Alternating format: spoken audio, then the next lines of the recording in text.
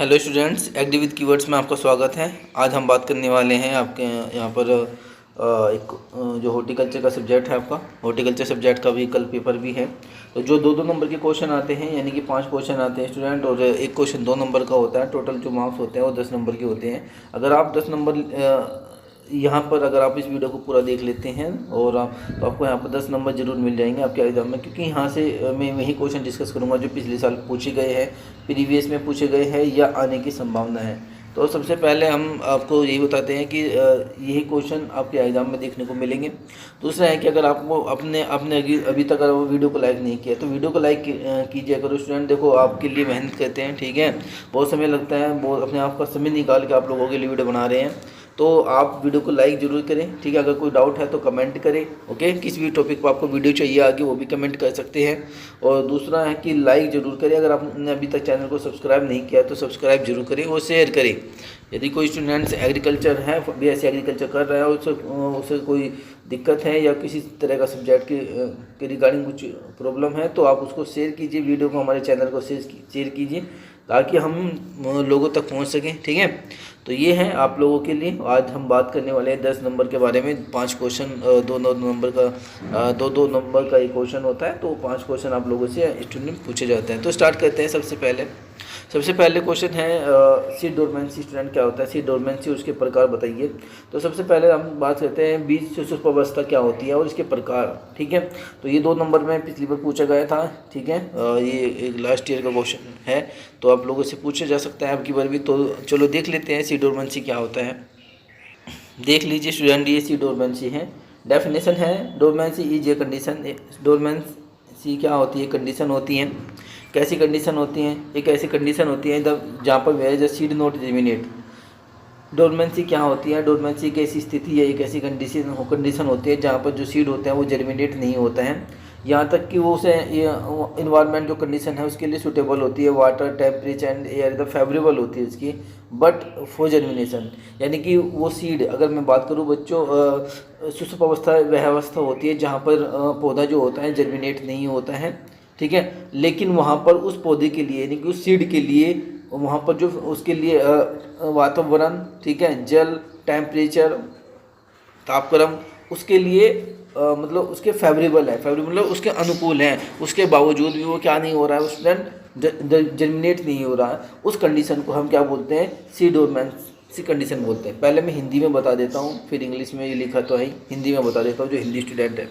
Student, सुषुप्तावस्था का मतलब ये होता है कि जब सीड, बीज के अंदर एक ऐसी अवस्था होती है कि वह जर्मिनेट नहीं होता है, परंतु उसके लिए चाहे मतलब उसके लिए जो वातावरण है, जो तापक्रम है, जो जल है, वाटर है, जो एयर है उसके लिए अनुकूल है, लेकिन फिर भी वो किसी वजह से जर्मिनेट नहीं होता। इस कंडीशन को हम सुषुप्तावस्था बोलते हैं, ठीक है। ये तो इंग्लिश में थे। अब हिंदी की बात आती है, ओ सॉरी, हिंदी की ये तो हिंदी में मैंने बताया। अब इंग्लिश की बात आती है तो इंग्लिश में लिखा है, dormancy is a condition where seed not germinate even where the environment condition is such water temperature air is favorable for the germination। यानी कि एक ऐसी कंडीशन जहाँ पर सीड जर्मिनेट नहीं होता है, वहाँ उसके लिए environment condition, water temperature, air favourable है जर्मिनेट होने के लिए, परंतु वो कुछ अवस्था के कुछ ऐसी कंडीशन हो जाती है जिस वजह से वो जर्मिनेट नहीं होता, उसको ही हम डोरमेंसी बोलते हैं, ठीक है। अब ये in some species chilling temperature for the certain period help to germinate the dormancy. कह रहा है कि अगर हम कुछ ऐसी चीज़ों को अपनाएं, जैसे चिलिंग, ज़्यादा टेम्परेचर दे दे, उस वजह से भी क्या हो सकता है, डोरमेंसी को क्या किया जा सकता है, क्रैक किया जा सकता है, ठीक है, टर्मिनेशन किया जा सकता है, हेल्प किया जा सकता है डोरमेंसी क्रैक करने के लिए। तो डोरमेंसी की डेफिनेशन आप लोगों से पूछी थी, आप यहाँ पे आ सकते होते। देखो डोरमेंसी क्या होती है, डोरमेंसी कितने समय तक हो सकती है, 1 साल के लिए हो सकती है, 6 महीने के लिए, 3 महीने के लिए, 2 महीने के लिए, 5 दिन के लिए, 10 दिन के लिए, 15 दिन के लिए, कितने दिन के लिए हो सकती है, कोई इसमें कोई फिक्स नहीं है। बस डोरमेंसी की ऐसी अवस्था होती है जहाँ पर सीड क्या होता है, रेस्ट करता है। बीज क्या करता है स्टूडेंट, रेस्ट करता है, सीड रेस्ट करता है, ठीक है। अगर कोई भी स्टूडेंट मेरी वीडियो को अच्छे से देखता है, मैं ये कह सकता हूँ कि वो अच्छे नॉलेज प्राप्त ले रहा होगा, क्योंकि मैं चीज़ों को रटवाने की कोशिश नहीं कर रहा हूँ, मैं यहाँ पर आपको समझाता हूँ, ठीक है। अगर कोई भी स्टूडेंट मेरी वीडियो को देखता है तो वो, मुझे नहीं लगता कि वो अगर वो कहीं भी बैठेगा, कॉम्पिटिशन में बैठेगा, उसे कोई दिक्कत होगी या एग्जाम में बैठेगा, बट वो एक ही स्टूडेंट उसे समझता हो पूरी को। तो स्टूडेंट रेस्ट पीरियड जो होता है सीड का रेस्ट पीरियड, उसे हम सीड डोरमेंसी कहते हैं, वो एनेबल होता है जर्मिनेट होने के लिए। ठीक है, तो ये कंडीशन आती आप लोग समझ सकते होंगे। ठीक है, वो थोड़ा सा अगर देखें तो यहाँ पर भी सब कुछ लिखा है एंडोस्पर्म। अच्छा ये तो उसकी वो है। ओके, तो ये था। आगे चलते हैं। ये स्टूडेंट हैं डोरमेंसी के प्रकार, क्लासिफिकेशन ऑफ डोरमेंसी। डोरमेंसी कितने प्रकार की होती हैं? एक्सोजीनियस होती हैं और इंडोजीनियस डोरमेंसी होते हैं। एक्सोजीनियस डोरमेंसी की बात करें तो इसे हम फिजिकल डोरमेंसी भी कह सकते हैं स्टूडेंट्स, और इसे हम इंटरनल डोरमेंसी भी कह सकते हैं। ओके, देखो अगर किसी प्लांट्स के अंदर कोई सीड है और सीड के बाहर कोई प्रॉब्लम है, टेम्परेचर की प्रॉब्लम है, एयर की प्रॉब्लम है, वाटर की प्रॉब्लम है, जिस वजह से वो क्या नहीं हो पाता स्टूडेंट, जर्मिनेट नहीं हो पा रहा है, उस डोरमेंसी को हम क्या बोलेंगे? उसे बोलेंगे एक्सोजीनियस डोरमेंसी। ओके, और जो किसी प्लांट्स के अंदर है फिजिकल प्रॉब्लम है, वो सॉरी फिजियोलॉजिकल प्रॉब्लम है, उसके न्यूट्रिएंट की डेफिशिएंसी है, उसके अंदर जर्मिनेट नहीं हो पा रहा सही तरीके से, उसके अंदर फर्टिलाइजेशन नहीं हुआ, उसके अंदर मील नहीं है, वो मैच्योर सीड नहीं है, वो सारी की सारी क्या होती है? एंडोजीनियस डोरमेंसी होती है। यानी कि ऐसी डोरमेंसी जो बीज के बाहर होती है उसे एक्सोजीनियस बोलते हैं, जो बीज के अंदर होती है उसे एंडोजीनियस डोरमेंसी बोलते हैं। ये होता है physical dormancy, mechanical dormancy, chemical dormancy. ये होता है फिजियोलॉजिकल डोरमेंसी, मॉर्फोलॉजिकल डोरमेंसी और कंबाइंड डोरमेंसी। ओके स्टूडेंट, ये आपका क्वेश्चन पूरा होता है। ये 2 नंबर का था। जो स्टूडेंट ने इसको पढ़ा होगा, आंसर दिया होगा, तो उसको आंसर मिल गया होगा इसका। ओके, तो आगे चलते हैं नेक्स्ट क्वेश्चन पे। अब दूसरे क्वेश्चन पे चलते हैं स्टूडेंट। दूसरा क्वेश्चन क्या है आपका? आपसे पूछा गया है कि what is different heading back और थिनिंग आउट में। हेडिंग बैक और थिनिंग आउट किसे कहते हैं, इनमें क्या अंतर होता है? हो सकता है कि अब की बार आपसे ये पूछ लें, हेडिंग बैक की डेफिनेशन बताइए, थिनिंग आउट की डेफिनेशन बताइए। हो सकता है कि आप लोगों से ये पूछे जा सके। ओके, ठीक है, तो ये सब चीज़ें हैं। और लास्ट में आपको मैं ये भी बताऊंगा कि आपको कौन से क्वेश्चन है। आप 6 या 7 क्वेश्चन, लॉन्ग क्वेश्चन और शॉर्ट क्वेश्चन में मैं आपको बताऊंगा कि अगर 6-7 क्वेश्चन अगर आप इनको अच्छे से पढ़ के जाते हो लॉन्ग क्वेश्चन को, और ये वेरी शॉर्ट क्वेश्चन में भी, शॉर्ट क्वेश्चन में भी और लॉन्ग क्वेश्चन दोनों में मिलेंगे। तो 6 से 7 क्वेश्चन अगर अभी तक आपने नहीं पढ़ा है तो आगे जो मैं क्वेश्चन में बताऊंगा इनको अगर आप पढ़ते हो तो आप अच्छे से नंबर प्राप्त कर सकते हो। बट यहाँ पर आप देख सकते हैं कि ये हमें क्या करना है, थिनिंग आउट और हेडिंग बैक की डेफिनेशन को क्लियर करना है। तो चलो स्टूडेंट करते हैं नेक्स्ट। देखो यहाँ पर लिखा है, इंग्लिश में लिखा है, फिर मैं हिंदी में बताऊँगा। In grading the training and pruning cuts are known as heading back and thinning out. तो heading back consist of the cutting back of the terminal portion of the branch to a bud. अगर आप cutting back the terminal portion of the branch, जो branch होती है उसके ऊपर का जो टर्मिनल पोर्शन होता है to bud, terminal portion of branch to bud, ये तो ब्रांच को या बड को अगर आप टर्मिनेट करते हो, काटते हो, तो उसे हम क्या बोलते हैं? उसे स्टूडेंट हम हेडिंग बैक बोलते हैं। क्या बोलते हैं? Heading back. और थिनिंग आउट का मतलब होता है complete removal of branch and little main trunk. Thinning out का मतलब होता है कि आप किसी ने complete removal of the branch, पूरी ब्रांच को कंप्लीट से रिमूव करना, ठीक है, या उसके मेन ट्रंक को रिमूव करना, तो उसे हम क्या बोलते हैं? थिनिंग आउट बोलते हैं। देखो मैं एक बार वो बता देता हूँ, हिंदी में बता देता हूँ। जो कोई पेड़ है, मान लीजिए कोई पेड़ है, उसमें मैं आपको दिखाई देता हूँ। पहले तो ये डेफिनेशन इंग्लिश वाले देखिए, ये हिंदी में बताऊंगा, पहले इंग्लिश वाले इसको लिख लेना। ये यहाँ से लगा के यहाँ तक इसकी डेफिनेशन है हेडिंग बैक की, यहाँ से लेके और यहाँ तक ये थिनिंग आउट की डेफिनेशन है। इन दोनों में क्या अंतर है स्टूडेंट? जो हेडिंग बैक होता है उसमें जो होता है टर्मिनल पोर्शन को कट किया जाता है, जबकि जो थिनिंग आउट होता है उसमें कंप्लीट रूप से कट किया जाता है। कंप्लीट रूप से ब्रांच को कट कर देंगे, जो शाखाएँ होगी, स्टम होगी, उनको कट कर देंगे, जो मेन ट्रैक होगा उसको कट कर देंगे। तो ये दोनों में डिफरेंस है। ओके, आगे चलते हैं, मैं आपको इसको हिंदी में बताता हूँ। ये स्टूडेंट हिंदी में डेफिनेशन है हेडिंग बैक की, आप लोग इसे लिख लेना, ठीक है। हेडिंग बैक की डेफिनेशन हिंदी में भी है, देखो यहाँ पर लिखा भी है। जब शाखाएं फूल पैदा किए बिना लंबी और सख्ती से बढ़ती है तो इनको हेडिंग बैक किया जाता है। जब एक शाखा को कुछ इंच छोड़कर लगभग आधा तक काट दिया जाता है तो उसे हेडिंग बैक कहते हैं। मैंने वही बताया आपको, हेडिंग बैक में क्या होता है, कुछ शाखाओं को काटा जाता है, जबकि जो थिनिंग आउट होता है उसमें पूरे पौधे को की स्टम को आपने देखा होगा, स्टम कट कर देते हैं। आपने इस तरह का प्लांट देखा होगा, देखो मान लीजिए ये प्लांट्स है इस तरह का, इसमें पत्तियाँ वगैरह होती हैं, स्टम होती हैं, तो इसके स्टम्स को रिमूव कर देते हैं और केवल इस तरह से प्लांट्स जो होता है गंजा कर देते हैं। मतलब गंजा का मतलब समझ दो, उसके स्टम को रिमूव कर देते हैं, उसके लीफ को रिमूव कर देते हैं स्टूडेंट, ठीक है। ये बहुत बार आपने देखा होगा।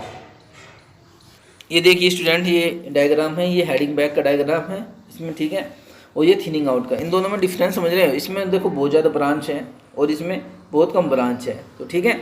तो इस तरह से क्या होता है कि यहाँ पर जो कट दिया हुआ है, यहाँ से काट देंगे इसको, सॉरी, यहाँ से जो इसको काट देंगे, इसको भी काट देंगे, तो ये आपका थिनिंग आउट कहलाता है। और ये जो हेडिंग बैक जो होता है, हेडिंग बैक का मतलब होता है कि कुछ इसमें से सम ब्रांच जो होती है उसको कट कर देते हैं, ठीक है स्टूडेंट, ये आपका हेडिंग बैक होता है। ओके, ये समझ गए आप लोग? तो ये आप लोग, आशा करता हूँ आप लोगों को ये समझ में आ गया होगा। तो अब नेक्स्ट क्वेश्चन पर चलते हैं। अब स्टूडेंट क्वेश्चन है, आपसे पूछा गया है रूटिंग मीडिया क्या होता है। ओके, रूटिंग मीडिया किसे कहते हैं, जेड विकसित करने वाले प्रमुख माध्यम कौन कौन से होते हैं, तो इस पर देख लेते हैं इंपोर्टेंट रूटिंग मीडिया। तो ये देखो, रूटिंग मीडिया क्या होता है। रूटिंग मीडिया एक हार्मोन होता है वास्तव में, ठीक है। ये एक तरह का पाउडर होता है या लिक्विड होता है जो कटिंग से पौधे ग्रो करने के में मदद करता है। यानी कि अगर आपने कटिंग किया है, अगर आपने कटिंग के द्वारा कोई पौधा तैयार करना चाहते हो या रूट के द्वारा कोई पौधा तैयार करना चाहते हो स्टूडेंट, ठीक है, या स्टेम के द्वारा आप पौधा तैयार करना चाहते हो, तो उसमें कुछ एक हार्मोन्स होता है जो लगाया जाता है, ठीक है। ये एक्चुअली क्या होता है, ये जो गार्डन्स होते हैं, जो गुलाब होते हैं, गुलाब, डेहिलिया, गार्डेनिया, बहुत सारे जो प्लांट्स होते हैं उनमें ये कटिंग के रूप में जो ग्रो होते हैं उनमें ये लगाया जाता है। इसको ही रूटिंग मीडिया के नाम से जाना जाता है, ठीक है। तो यानी कि अगर आप चाहे तो इसको हिंदी में इसकी डेफिनेशन ये रही है, मैं इंग्लिश में भी डेफिनेशन आपको बता देता हूँ। इंग्लिश में डेफिनेशन क्या हो, तो ये इंग्लिश में डेफिनेशन है स्टूडेंट, रूटिंग मीडिया है। रूटिंग मीडिया यानी ग्रो और media use to the start new plant.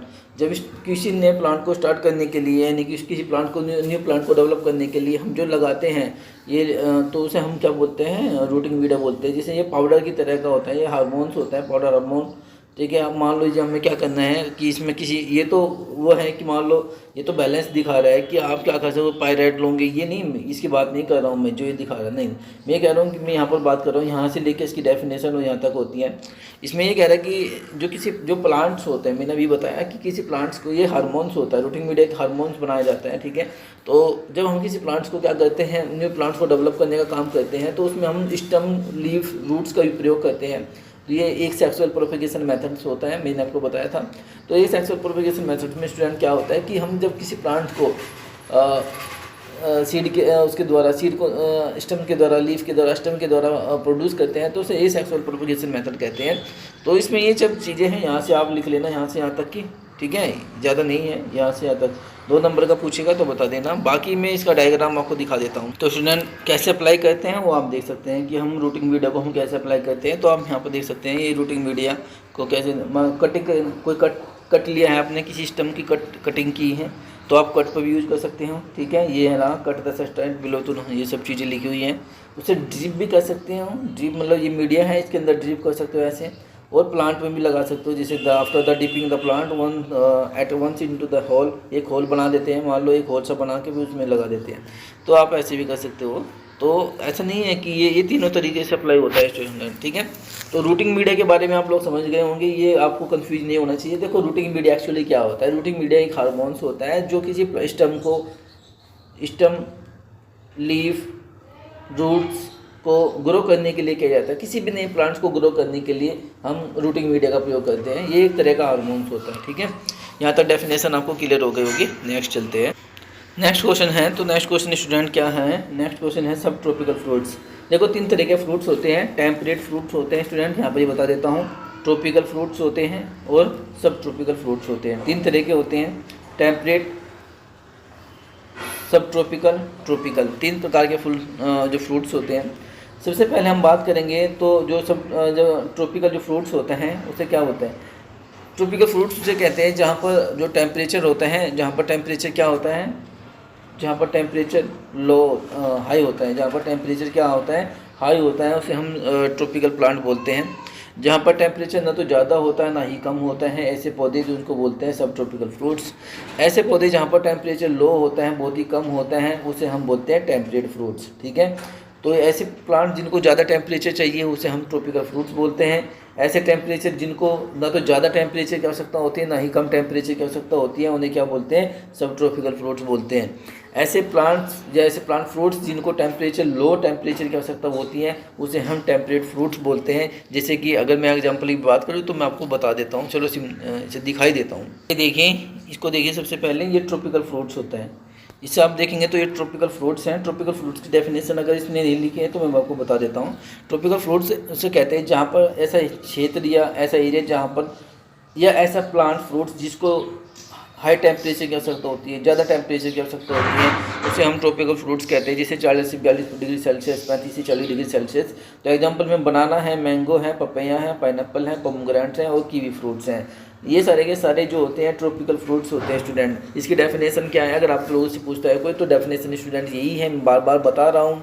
तो डेफिनेशन आपको लिखनी क्या है कि ऐसे ऐसे प्लांट्स या ऐसा एरिया जहाँ पर इन ऐसे प्लांट फ्रूट्स जहाँ पर जो ज़्यादा ऐसे प्लांट्स या फ्रूट जिसको ज़्यादा टेम्परेचर की आवश्यकता होती है, हाई टेम्परेचर की आवश्यकता होती है, उसे हम क्या बोलते हैं, ट्रॉपिकल फ्रूट्स बोलते हैं। ठीक है, एग्जाम्पल में ये सब है, आप लिख देना। ठीक है, अब आता है आप सब ट्रॉपिकल फ्रूट्स मैं आपको दिखाता हूँ। तो स्टूडेंट आप यहाँ पर देख सकते हैं। ठीक है, आप चाहे तो इसको यहाँ पर देख सकते हैं, मैंने यहाँ पर लिख दिया है, ये सभी का एग्जाम्पल है, आप आराम से देख लीजिएगा। ओके, देखो यहाँ पर मैं सभी को लेके आया हूँ। अगर आप लोगों से ट्रॉपिकल डेफिनेशन की पूछता है तो मैंने बता दिया है, सब ट्रॉपिकल की डेफिनेशन पूछता है उसे बता दो, टेम्परेट की डेफिनेशन अगर पूछता है तो वो भी। लेकिन यहाँ पर एग्जाम्पल भी पूछ लेते हैं स्टूडेंट। तो एग्जाम्पल के लिए आप यहाँ पर देख सकते हैं, ये सब एग्जाम्पल हैं, ये सब ट्रॉपिकल फ्रूट्स के एग्जाम्पल हैं, ये सब ट्रॉपिकल फ्रूट्स के एग्जाम्पल हैं, ये टेम्परेट के हैं। सब ट्रॉपिकल फ्रूट्स की बात करें तो फिज आता है, डेट्स वगैरह आता है, ग्रेप्स आते हैं, लाइम आता है, लीची आता है, ऑरेंज आते हैं, मैंडलिन आते हैं, पैसन फ्रूट आता है, पोमोग्रेनेट आते हैं। तो ये सब ट्रॉपिकल फ्रूट्स में आते हैं। और टेम्परेट फ्रूट्स जहाँ पर लो टेम्परेचर होता है, कम टेम्परेचर में जो प्लांट ग्रो करते हैं, जैसे एप्पल है, एप्रिकॉट है, ब्लैकबेरी है, ठीक है, और ब्लूबेरी है, आपका चेरी है, आपका गोसबेरी है, ग्रेप्स है, कीवी फ्रूट्स हैं, मलबेरी है। तो ये सारे पियर है।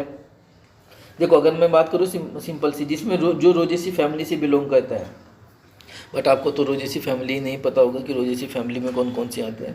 तो रोजेसी फैमिली की अगर मैं बात करूँ तो रोजेसी फैमिली जो होता है, इसमें एप्पल है, पियर है, जितने भी आपके जो भी ठंडे मौसम की जितने फ्रूट्स होते हैं, जैसे आपका एप्पल है, पियर है, सब ये सब जो लिखा है एप्पल है, पियर है, सब के सारे रोजेसी फैमिली से बिलोंग करते हैं। सब ट्रॉपिकल्स में आप देख सकते हैं ये हैं। तो ये डेफिनेशन इंस्टेंट ये क्वेश्चन पूरा होता है, आप यहाँ पर पूरा देख सकते हैं, ज़्यादा एक्सप्लेनेशन की ज़रूरत नहीं है, इतना ही मैंने करना। अब क्वेश्चन आता है नेक्स्ट कि फर्टिगेशन क्या होता है और इसकी इंपॉर्टेंस क्या होते हैं। देखो फर्टिगेशन का मतलब क्या होता है, फर्टिगेशन मतलब फर्टिलाइज़र प्लस वाटर। फर्टिलाइज़र और वाटर को दोनों को हमने मिक्स किया और स्प्रे कर दिया, किसी प्लांट्स में स्प्रे कर दिया। तो स्प्रे करने के बाद तो उसे हम क्या बोलते हैं, फर्टिगेशन। फर्टिगेशन मतलब होता है स्टूडेंट, जब पानी को वाटर के साथ, जब फर्टिलाइज़र को वाटर के साथ मिक्स किया जाता है तो और उसके बाद उसको स्प्रे में लाया जाता है, किसी प्लांट पे स्प्रे करते हैं, किसी फसल पे स्प्रे करते हैं, तो उसे हम फर्टिगेशन कहते हैं। उसकी इंपॉर्टेंस क्या है, उसकी इंपॉर्टेंस यही है कि अलग अलग फर्टिलाइज़र नहीं डालना पड़ता है। उसकी इंपॉर्टेंस यही है कि इसमें ज़्यादा फर्टिलाइजर्स नहीं लगता है। उसका इंपॉर्टेंस यही है कि प्लांट्स को सही तरीके से समय पर फर्टिलाइजर्स मिल जाता है। तो और इसका इंपॉर्टेंस ये है कि जो लार्ज एरिया होता है, लार्ज स्केल पे भी हम फर्टिलाइजर को सही समय पर, सही जगह और कम समय पर पहुंचा सकते हैं। तो ये फर्टिगेशन है। फर्टिगेशन की डेफिनेशन मैंने बता दी, एक बार रोज सुन लीजिए। वाटर प्लस फर्टिलाइज़र या फर्टिलाइज़र उर्वरक प्लस पानी को मिला दिया तो वो फर्टिगेशन हो जाता है स्टूडेंट। अगर आपने फर्टिलाइज़र को प्लस यूरिया का नाम सुना है किसी ने, यूरिया में अगर आपने यूरिया को प्लस वाटर में मिला दिया तो वो फर्टिगेशन होता है, क्योंकि यूरिया क्या है, एक फर्टिलाइज़र होता है स्टूडेंट। तो मैं आपको एक डायग्राम दिखाने की कोशिश करता हूँ, अगर इसका डायग्राम मिलता है तो मैं आपको दिखाता हूँ। ये डेफिनेशन है, एग्जैक्ट डेफिनेशन है। अगर आप लोग इसको डेफिनेशन लिखना चाहते हैं तो लिख लीजिए। फर्टिगेशन एक टेक्निक होती है जिसमें सप्लाई किया जाता है डिसोल्व्ड फर्टिलाइज़र, यानी कि वाटर को डिसोल्व करके और to crops through the irrigation system, यानी कि पानी के साथ मिला कर या पानी की सिस्टम प्रणाली के थ्रू अगर आप उसमें क्या कहते हो, उस फर्टिलाइजर को मिलाते हैं तो उसे हम क्या बोलते हैं, फर्टिगेशन बोलते हैं। The combined with the efficient irrigation system both nutrient and the water can be the manipulated and managed to the obtain of the maximum possible yield marketable production from the given the quantity of these input. कह रहे हैं कि अगर आप क्या कर सकते हो कि अगर आपको जब आप कंबाइन करना होता है, आपको इरिगेशन सिस्टम को कंबाइन करना है, देखो एफिशिएंट इरिगेशन सिस्टम का मतलब होता है कि जहाँ पर पानी की कमी होती है स्टूडेंट, ठीक है, तो वहाँ पर क्या करते हैं, सिस्टम अपनाया जाता है किसका, न्यूट्रिएंट प्लस वाटर का। पानी को और वाटर को न्यूट्रिएंट, हमें किसी प्लांट के अंदर नाइट्रोजन की कमी है तो यूरिया के अंदर तो नाइट्रोजन है, तो यूरिया प्लस वाटर को मिक्स कर देंगे ना हम, तो मैनिपुलेट करेंगे ना भाई। तो मैनिपुलेट ही किया जाता है। जब आप मैनिपुलेट का मतलब होता है एक स्थान से दूसरे स्थान पर उसको, मान लो यूरिया है, यूरिया के अंदर नाइट्रोजन भी है, हो सकता है यूरिया के अंदर नाइट्रोजन होती है 46%, बिल्कुल होती है। तो हमें तो नाइट्रोजन न्यूट्रेंट जो हो गया वो नाइट्रोजन हो गया, और जो यूरिया हो गया वो फर्टिलाइजर हो गया। तो मैं इसका कहने का मतलब है कि अगर हम यूरिया का मान लो नाइट्रोजन डेफिशिएंसी है तो जो न्यूट्रेंट है और वाटर है दोनों को मिक्स कर देंगे, मैनिपुलेट किया जा सकता, इसके द्वारा भी हम इसको मैनिपुलेट कर सकते हैं। तो सिंपल सा मेथड है, ज़्यादा इसको कन्फ्यूज होने की ज़रूरत नहीं है। फर्टिलाइज़र प्लस वाटर को मिक्स करना ही, और उसके बाद में से बाई वाटर इसलिए है क्योंकि इरिगेशन सिस्टम है। अगर आप कह सकते हो कि सिर्फ फर्टिलाइज़र को और वाटर इरिगेशन सिस्टम को कंबाइन करके स्प्रे करेंगे तब भी फर्टिगेशन होगा, बिल्कुल होगा। अगर आपने यूरिया के अंदर, उर्वरक के अंदर, फर्टिलाइज़र के अंदर अगर आपने वाटर को मिक्स किया है और उसके बाद स्प्रे किया है तो फर्टिगेशन होता है, एग्जिट, बिल्कुल ठीक है, कोई दिक्कत नहीं है। देख सकते हो स्टूडेंट, ये देख सकते हो आप, ये सब जो कर रहे हैं ये फर्टिगेशन ही है। तो ज़्यादा एक्सप्लेन नहीं करना था इसमें, जितना था मैंने आपको बता दिया, ठीक है। बताना था स्टूडेंट, ये हो गया। ये क्वेश्चन थे 5, ये पहला एक पेपर मैंने अभी सोल्व किया है, ठीक है। आगे चलते हैं, नेक्स्ट क्वेश्चन देखते हैं आगे। इसके बाद ये क्वेश्चन है 2 नंबर की, ये इनके बारे में बात करेंगे। देखो पोलिनेटर क्या होता है, पोलिनेटर किसे बोलते हैं स्टूडेंट? पोलिनेटर उसे बोलते हैं जो पोलन को लेके जाते हैं। जो आपने एक नाम सुना होगा, पोलन का नाम सुना होगा। पोलन मतलब परागन, ठीक है। आपने क्रॉस सेल्फ पोलिनेशन का नाम सुना होगा, क्रॉस पोलिनेशन का नाम सुना होगा। तो अगर आपसे पूछा जाता है सेल्फ पोलिनेशन क्या होता है, क्रॉस पोलिनेशन क्या होता है, तो अगर हम बात करते हैं कि जब आपका पोलिनेशन जो होता है, आपको जो पोलिनेशन होता है, अगर आपके सेल्फ प्लांट अगर खुद कर रहा है तो वो सेल्फ पोलिनेशन होता है। अगर किसी प्लांट्स के थ्रू वो दूसरे के द्वारा, इंसेक्ट के द्वारा हो रहा है, विंड के द्वारा हो रहा है, वाटर के द्वारा हो रहा है, तो वो क्रॉस पोलिनेशन होता है। सिंपल सी बात है। पोलिनेटर में होते हैं जो पोलन को लेकर जाने का काम करते हैं, यानी कि आपके जो फ्लावर्स होते हैं, उन फ्लावर्स में जो उनके जो पोलन होते हैं, एक फ्लावर से दूसरे फ्लावर्स में जो ले जाने का काम करते हैं, पोलन को ले जाने का काम कौन करते हैं? पोलिनेटर करते हैं, ठीक है। ये आपको समझ में आ गया होगा। फ्रूट ड्रॉप क्या होते हैं? फ्रूट ड्रॉप, ये सेल्फ पोलिनेशन, क्रॉस पोलिनेशन पढ़ के जाना, हो सकता है कि आप लोगों से पूछ ले, ठीक है। जो पोलन जो होता है, पोलन का स्टिग्मा पर पहुंचना क्या कहलाता है? पोलिनेशन कहलाते हैं, ठीक है, ओके। अगर आपका जो पोलन है, पोलन का स्टिग्मा पर पहुंच जाता है, स्टिग्मा पर अगर पहुंच गया तो उसे हम पोलिनेशन बोलते हैं, ठीक है। तो उसके बाद ये आता है फ्रूट ड्रॉप। फ्रूट ड्रॉप क्या होता है? फलों का गिरना। फ्रूट ड्रॉप क्या होता है? फलों का गिरना। भाई फ्रूट ड्रॉप का मतलब होता है फलों का गिरना। अब देखो किस वजह से गिरते हैं। आपने कभी कभी देखा होगा जो प्लांट्स होते हैं या फ्रूट्स प्लांट्स होते हैं, जो मैंगो के मान ले, तो मैंगो के कुछ फ्रूट्स क्या होते हैं, हवा भी नहीं चली है, ज़्यादा हवा भी नहीं चली है, और सुबह आप गए और मॉर्निंग में देखा कि बहुत सारे जो फ्रूट्स हैं वो नीचे गिरे हुए हैं। मैंगो के फ्रूट छोटे छोटे हैं, नीचे गिरे हुए।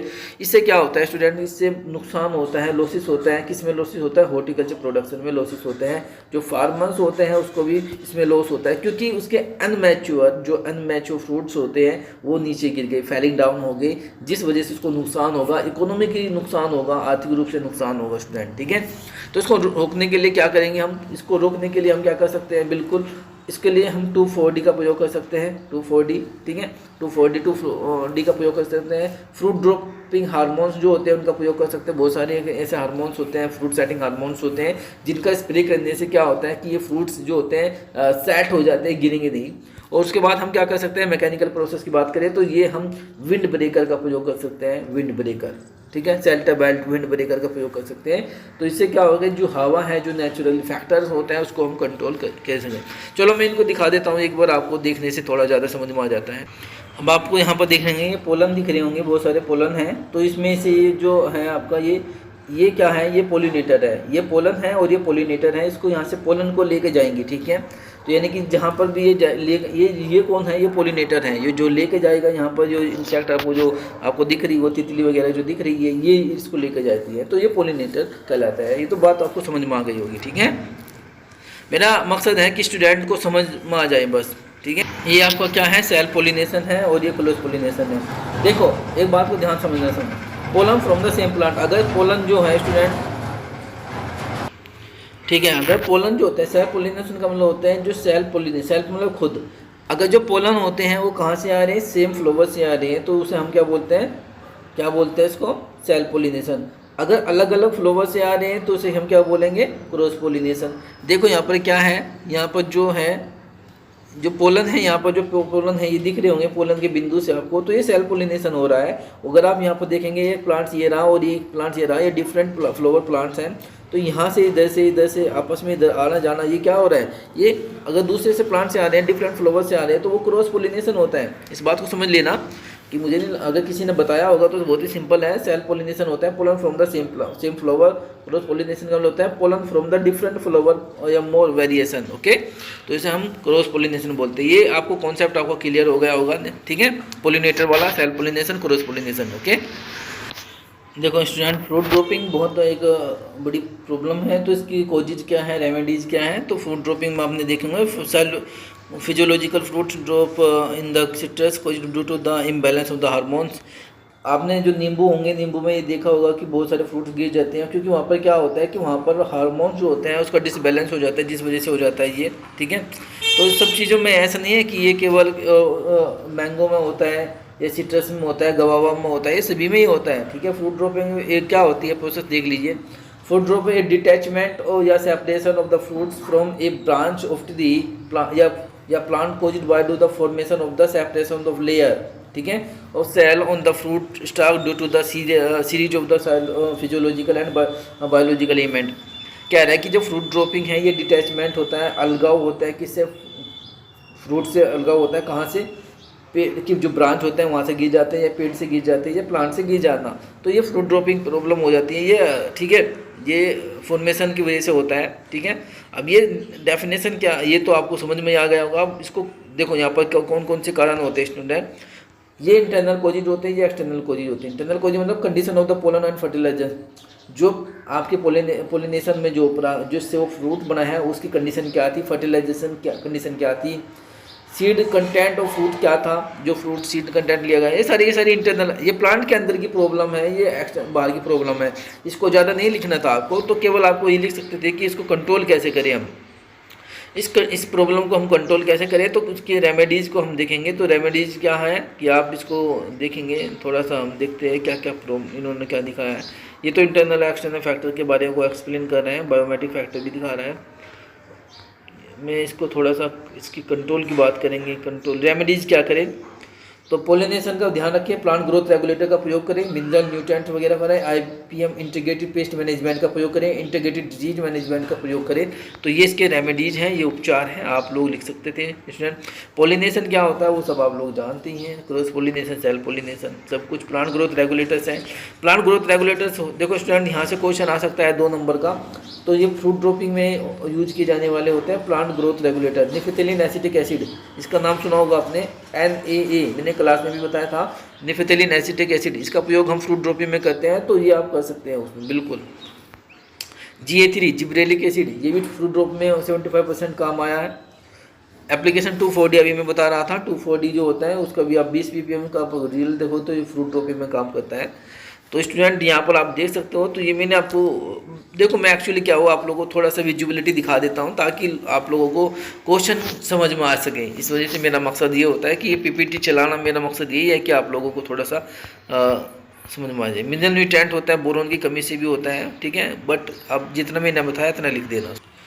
अब पोलिम्ब्रायो क्या होते हैं स्टूडेंट, पोलिम्ब्रायो किसे कहते हैं। पोलिम्ब्रायो का मतलब होते हैं कि एक प्लांट, फ्रूट्स प्लांट्स के अंदर एक बूंद से ज़्यादा इम्ब्रायो का डेवलप होना पोलिम्ब्रायो बोलते हैं।